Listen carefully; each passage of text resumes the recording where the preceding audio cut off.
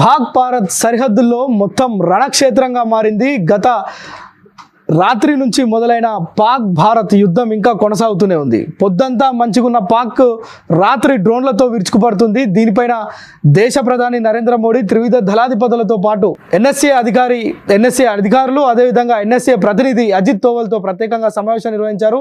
విదేశాంగ మంత్రి రవిశంకర్ జీతో కూడా ప్రత్యేకమైన సమావేశం నిర్వహించి యుద్ధం పైన ఎలాంటి చర్యలు తీసుకోవాలి, యుద్ధం పైన అనేకమైన సమీక్షలు నిర్వహిస్తున్నారు. అంటే ఏ విధంగా పాక్ని చిత్తు చేయాలనే ఆలోచనలు చేస్తున్నారు. అయితే చూడొచ్చు మనం ఈ రాత్రినే దాదాపు ఒక గంట క్రితం నుంచి పాకిస్తాన్ తన దుర్మార్గమైన బుద్ధితో ఒక 100 డ్రోన్లను ఒకేసారి భారత్ పైన ఎక్కుపెట్టింది.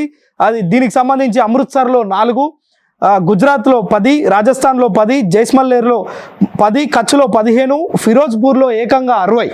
ఫిరోజ్పూర్లో జరిగిన ఈ డ్రోన్ల దాడిలో ఒక కుటుంబానికి సంబంధించిన 3 తీవ్ర గాయాలైనాయి. వారి 3 కూడా స్థానికంగా ఉన్న ప్రభుత్వ ఆసుపత్రికి చికిత్స నిమిత్తం తరలించారు. అదేవిధంగా అవంతిపూర్ ఎయిర్ బేస్ పైన కూడా దాడికి పాల్పడింది పాక్. తన నీచ బుద్ధిని పోనించుకోవట్లేదు. ఓవైపు ఆర్థికంగా కుదేలవుతున్నామని చెప్తూనే, ప్రపంచం దగ్గర అప్పులు అడుగుతూనే, మరోవైపు భారత్ పైన యుద్ధానికి లేదంటే కయ్యానికి కాలు దూతున్న పరిస్థితి కనిపిస్తుంది. అయితే కశ్మీర్ లోయలో కూడా ప్రస్తుతం బ్లాక్అవుట్ కొనసాగుతుంది. కశ్మీరే కాదు, దాదాపు రాజస్థాన్, గుజరాత్ తదితర ప్రాంతాలన్నింటిలో కూడా చండీగఢ్లో కూడా ఈ యొక్క మొత్తం బ్లాక్అవుట్ కొనసాగుతుంది. మొత్తం విద్యుత్ని అధికారులు నిలిపివేశారు.